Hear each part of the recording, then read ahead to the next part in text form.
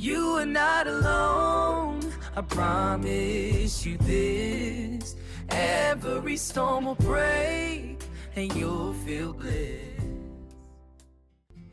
My husband lied about our debt to buy his mother a car. Dear Tina, I'm sending this to you because I feel like I've hit absolute rock bottom, and you're the only unbiased, anonymous person I feel safe enough confessing this to. I still feel like I'm going to throw up every time I think about it. I honestly don't know where else to turn, so I'm just dumping this here. Please, just read this and tell me if I'm crazy, because I feel like I'm losing my mind. My husband Adam and I were having what felt like a breakthrough moment. We had just finally paid off that old student loan. We were sitting on cloud 9, looking at little Airbnbs in Tuscany for our 10th anniversary next month. 10 years. We were celebrating being debt-free for the first time in our adult lives.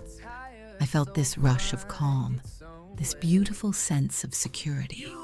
And then his phone beeped. Just a little banking notification, but it felt like a bomb going off.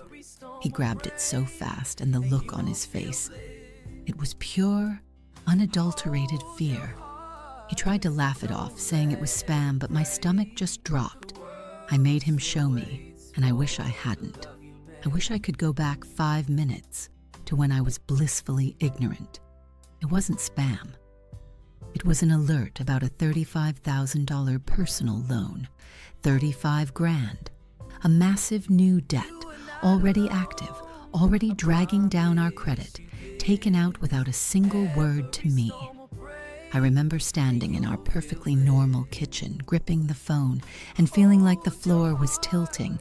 I kept saying, "What is this? What is this for?" He just stood there, looking at the linoleum, mumbling. When he finally told me, the shock turned into this searing, icy rage. He bought his mother a new car. The beautiful, reliable SUV she's been bragging about to the neighbors for 3 months. He bought it. He took out a huge, secret loan, lied to me for months, and used our combined financial security to buy his mom a present. His justification? He said he knew I would make a big deal out of it, and he wanted to handle the payments himself, so it wouldn't impact our budget.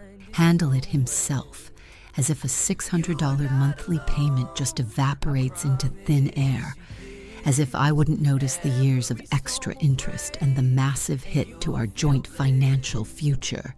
It's the betrayal that guts me. Not the car, not even the money, though that's bad enough. It's the sheer deceit. 10 years of shared decisions, of trust, of building a team, and he went solo on this. He made a huge move that affects everything. Our retirement savings, our cottage fund, everything we worked for. And he looked me in the eye and pretended we were finally free. That's what breaks me. How can I look at him now and believe anything he says? Every loving gesture, every casual comment about the future now feels like a lie, a performance. Honestly, I feel sick with confusion and guilt. Am I the awful wife he secretly thinks I am, the one who is too strict with money? Did he feel he had to hide it from me? That thought makes me feel terrible. But then the anger flares up again because he chose secrecy over partnership. He chose his mother's pride over my peace of mind. This isn't just about $35,000. It's about the erosion of my entire sense of security in this marriage. I wake up in a cold sweat, thinking, what else is he capable of hiding? The feeling of despair is suffocating. I love him. He's my best friend, and he is genuinely sorry, pleading for forgiveness, willing to go to therapy. But how do you fix a foundation that's been dynamited? My question, the one that keeps me up at 3 a.m., is this. When the core contract of honesty in a marriage is broken by such a massive, deliberate financial deception, is it possible to ever truly rebuild that trust? Or is this incident a non-negotiable end to our partnership? I just need an outsider's perspective. Sarah. You are not alone, I promise you this. Every storm will break and you'll feel bliss. Hold your heart, don't let it break. The world still waits for the love you made. When the sunrise feels slow to arrive, and hope is a whisper just keeping you alive, turn your face to gentle skies. There's morning waiting behind your eyes. All the grief you hold will ease someday. Let your tired soul find its own way. You are not alone, I promise you this. Every storm will break and you'll feel bliss. Hold your heart, don't let it break. The world still waits for the love you made.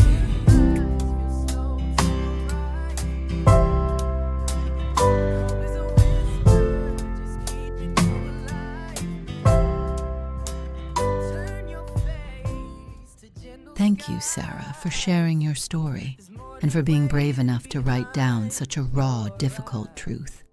When you're sitting there in your kitchen, feeling like the floor is tilting, it's easy to feel isolated.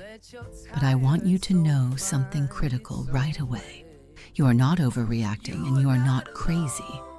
What you are experiencing is not just the shock of financial hardship. It is the devastating realization that the fundamental contract of trust in your 10-year marriage has been shattered by a massive, deliberate deception. This is a crisis that would rock any relationship to its core. The confusion, the white-hot anger, the despair, and that horrible little flicker of guilt. They are all valid, justified, and necessary responses to feeling profoundly betrayed. Please stop fighting them. Permit yourself to feel all of it. Your life partner acted alone on a massive financial decision, hid it from you for months, and then minimized your entirely reasonable reaction. That is a devastating sequence of events. You asked if it's possible to come back from this. The answer is yes, it is possible. But only if the root cause of the lie, not just the debt, is exposed, addressed, and committed to never happening again. Recovery requires a total commitment from Adam and a courageous shift in perspective and action from you.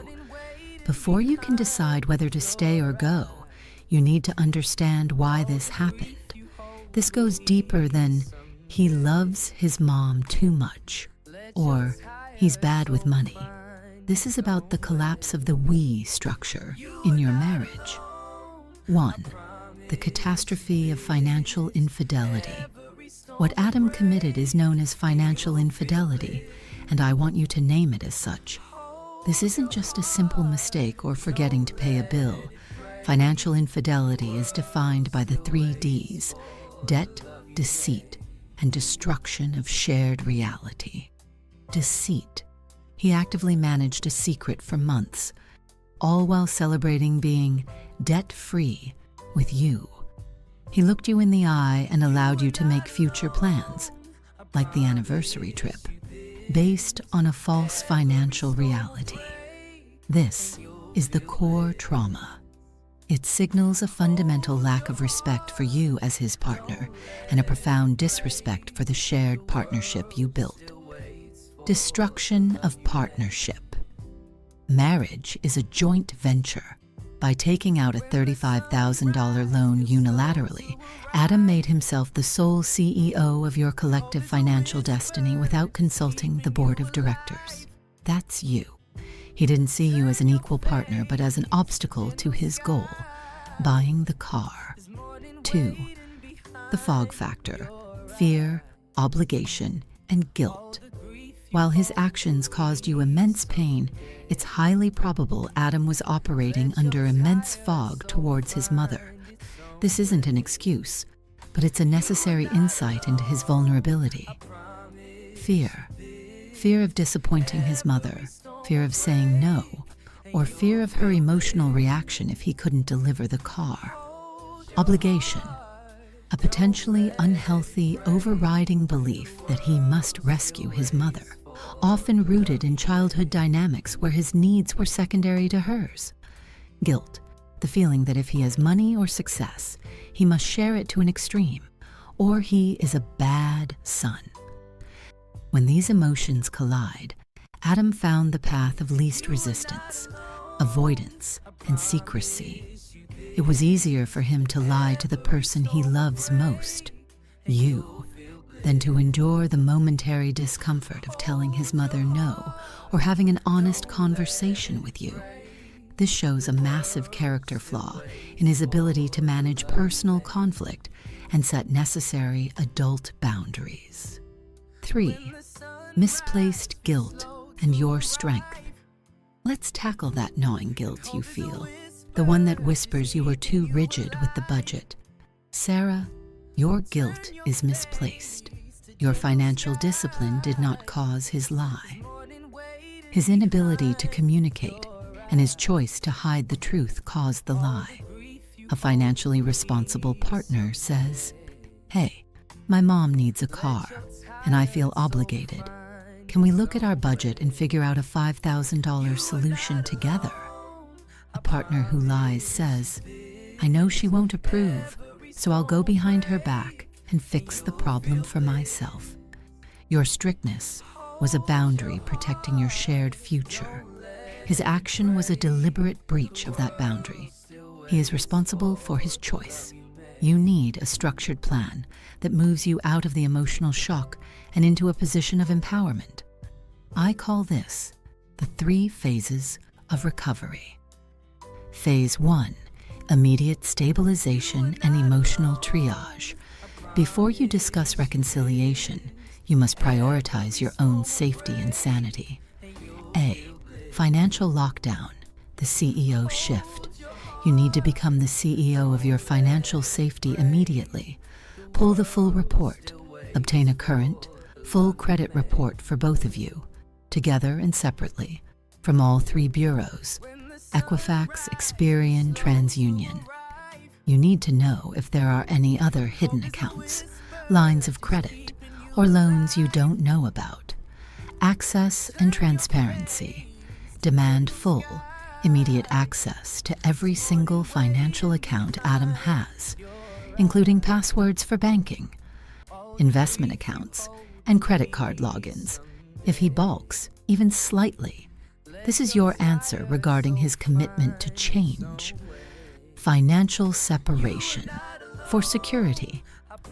While you decide on the marriage, consider immediately setting up your own checking talk savings account and diverting a portion of your income into it. This isn't a step toward divorce, but a step toward self-protection. He needs to see you taking your security seriously. B, the emotional inventory and pause. You cannot make sound decisions while drowning in despair. Name it, don't judge it.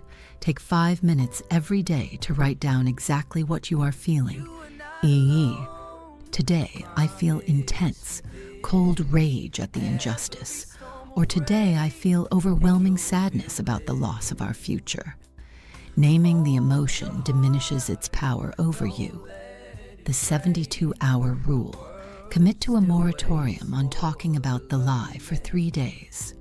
You can discuss the logistics, like getting the credit reports, but not the feelings. Use those 3 days to focus entirely on eating, sleeping, and quiet activities. This prevents the argument from escalating into a destructive, repetitive cycle. Find your anchor. Connect with one trusted, non-judgmental person, like a therapist or a new friend, who can simply listen, not to solve it, just to witness your pain. Phase 2, setting non-negotiable boundaries and demands.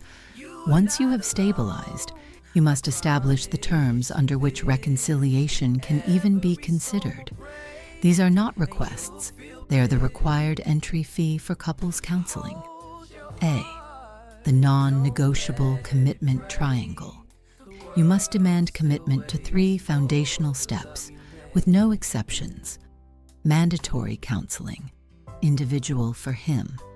Adam must begin individual therapy immediately to address his codependent relationship with his mother and his avoidance coping mechanisms.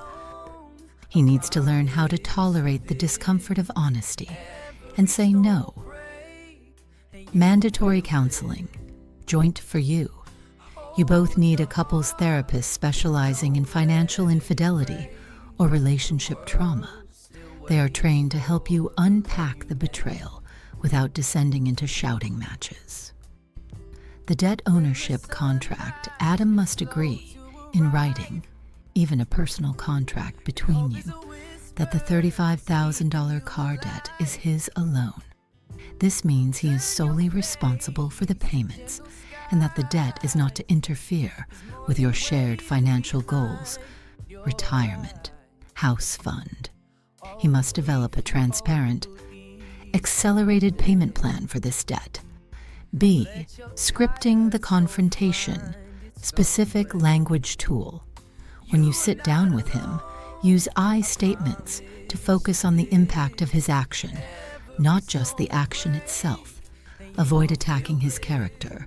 Instead of saying, "You are a selfish liar and ruined our life for your mother," try saying, "I am devastated and heartbroken because the lie you maintained for months has destroyed my sense of safety and reality in our marriage." Instead of saying, "You don't respect me or value our future," try saying, "I need to know why you felt you couldn't trust me with the truth and why you chose secrecy over partnership." Instead of saying, "I'm going to divorce you if you don't fix this debt," try saying, "The debt is a symptom. The lie is the disease. My only path forward requires total transparency, full financial access for me, and a commitment to therapy starting this week." Instead of saying, "You need to apologize and grovel," try saying, "I need more than an apology. I need to see a plan of action that rebuilds trust and shows me that you value our relationship above your obligation to your mother." Phase 3. The rebuilding decision and taking back control. After therapy starts and the terms are set, you enter the long, slow work of evaluation. A. The 3-pillar test of change. Watch Adam's actions, not just his words. A truly remorseful person doesn't just apologize, they change their behavior. Use the 3 Ps to evaluate his commitment over the next 6 to 12 months. Partnership. Does he actively involve you in all financial discussions, even minor ones? Does he bring up his mother's requests before acting? Does he ask for your input before taking action? Priority. Does he consistently place the needs of your marital unit ahead of his family of origin? Is he canceling appointments or meetings to make sure he attends counseling sessions with you? Penance, active amends.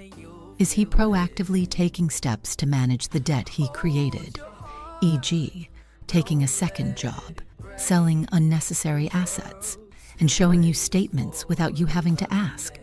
Is he doing the hard, painful work in individual therapy to change his deep-seated patterns?